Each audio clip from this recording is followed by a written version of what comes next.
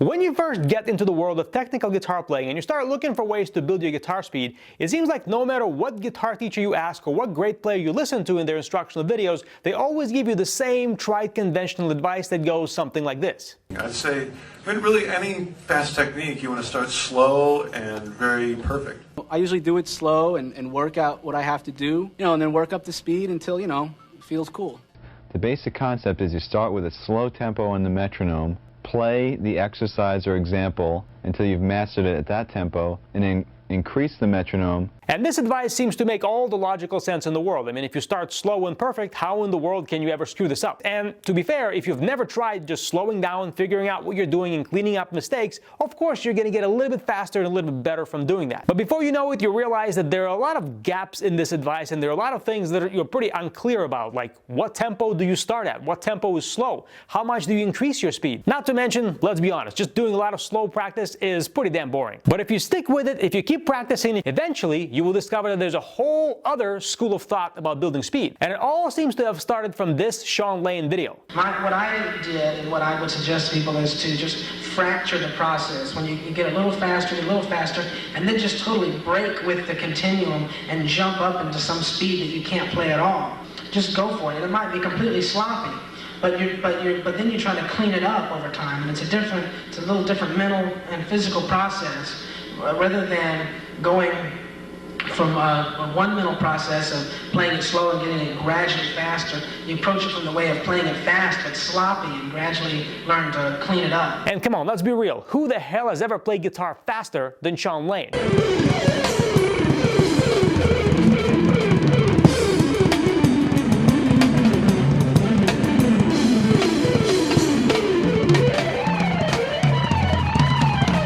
He may have well been the fastest guitar player to ever pick up the instrument. And from there, it seems like you got a whole camp of contrarian guitar teachers who basically say the same things. Like, oh, slow practice doesn't work. You're not going to become a sprinter by walking faster or walking better. You got to push yourself. You got to start with speed and that kind of thing. And then my favorite one, slow practice doesn't work because your motions change when you go from slow tempos to fast tempos. Wow, talk about overcorrecting. Let's think through each one of these points, shall we? When people say things like slow practice doesn't work, or fast practice works, or fast practice doesn't work, what's one very glaring problem that should spring to mind immediately? Any guesses? Well, I'll give you a hint. What the hell does slow mean? What is fast? Is there some tempo line that divides slow from fast? Like if you're below that line, you're slow. If you're above by even 1 BPM, you're fast? I'll wait. Can anybody define these terms for me? Comment below. Unless you can define with clarity what slow means and what fast means, which you can't because it's all relative, you also can't make the claim that slow practice doesn't work or works, or fast practice doesn't work or works. However, even I've made videos in the past about the dangers of excessive slow practice and how slow practice could be killing your gains. But notice the words excessive and could. That's because while there's no way to define what slow and fast mean for every guitar player in the world, there is a way to find, for you specifically, what tempo is too slow, what tempo is not slow enough, and what tempo is just right. And the answer to that question depends 100% on what element of speed you're focusing on in that moment. If you're focusing on your picking hand, let's say, your picking hand may have its own range of fast and slow tempos, your fretting hand may have its own range of fast and slow tempos that are different, synchronization may have its own range of fast and slow tempos, and so on. And depending on what exactly you're focusing on, what challenges you have, what bad habits you're trying to do, all that sort of a thing, that determines what exact tempo you need to practice. There's no fast or slow in that sense. There's just what is the goal and what's the appropriate tempo for tackling that goal. So because of this, because there's no definition for the word slow and no definition for the word fast, and because building speed isn't just about one thing, it's impossible to make one blanket statement like, oh, slow practice doesn't work, or fast practice doesn't work, or you always got to go slow, you always got to go fast, because these terms mean nothing. Even Al Capone agrees with me. Nothing! Nothing! Okay, now let's talk about the claim that cracks me up the most, and that is, you're not going to become a sprinter by walking better or walking faster. So by that logic, as those teachers say, you're not going to become a fast player by doing a whole bunch of slow practice. You got to start at a fast speed far beyond what you can normally do, and then clean it up at that speed, get the motions going fast, and work your way back down. Well, guitar teachers all over the world, I got a suggestion. Let's, think. The problem with this logic is that it's a case of false dichotomy. Of course, you're not going to become a sprinter by walking better or walking faster because those two are completely different mechanics. Agreed there. But you're also not going to just yank an untrained novice off the street, throw him on the track and say, sprint as fast as possible. And then look at the mechanics you're using to sprint now. It doesn't matter that they're sloppy as hell. Don't worry about that. these are the mechanics you're going to sprint with from now on. Just work on pushing yourself and run as fast as possible, and then in 5 years you're going to 100-meter Olympics. Of course, I exaggerated my example on purpose. There's all kinds of logical flaws in there also, but my point is this. Simply saying to people, just push yourself and play as fast as possible and then just clean it up later is completely freaking stupid and irresponsible. It's only going to work for a very, very small percentage of guitar players for whom the speed at which their technique starts to break down is very close to their absolute top speed, and who are able to hear notes and analyze their emotions at speeds far beyond what their hands can do, so they can actually practice at speeds close to their maximum and refine things in real time that way.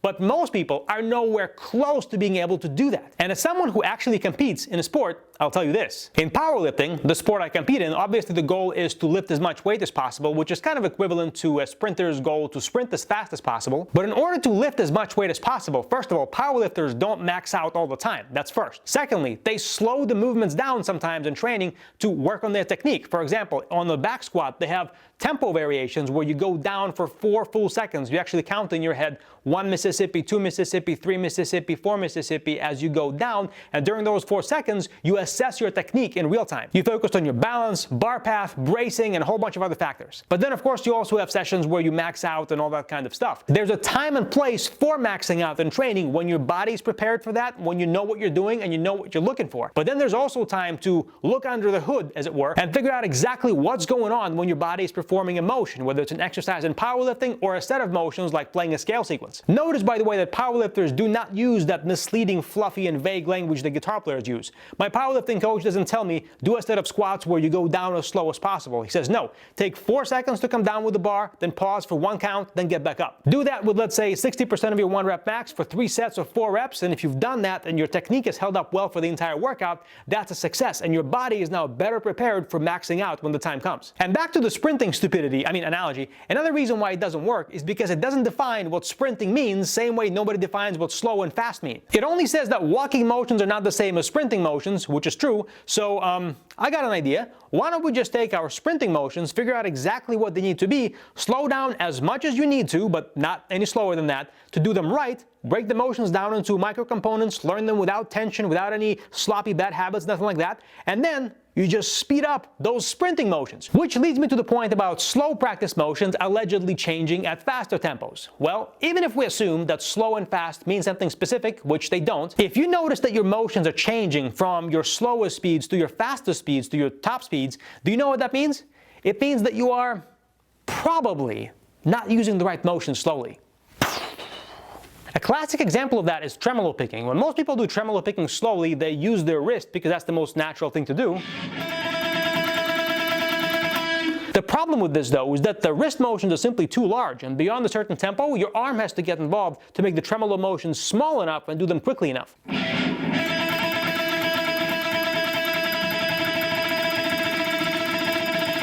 So the problem in this particular case isn't that you're doing slow practice or fast practice, because again, these terms mean nothing. It's the fact that you're spending most of your practice time doing the wrong motions. And by the way, you can take this motion and simply slow it down.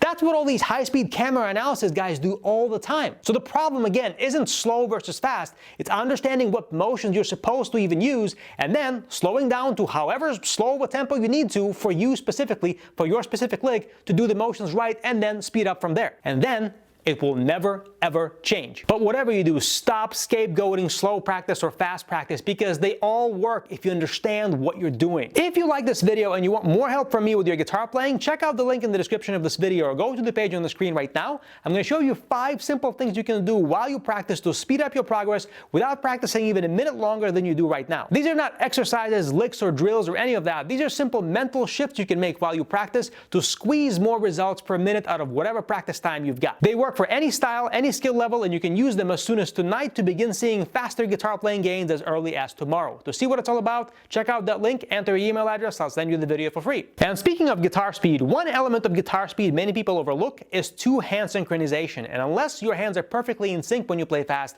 your fast playing will sound like complete garbage. Doesn't matter how fast you can wiggle the pick or your fingers. If you want that to not happen to you, check out this video right here. I'm going to show you 5 simple 2-hand synchronization drills you can use in your next practice session. Watch it next.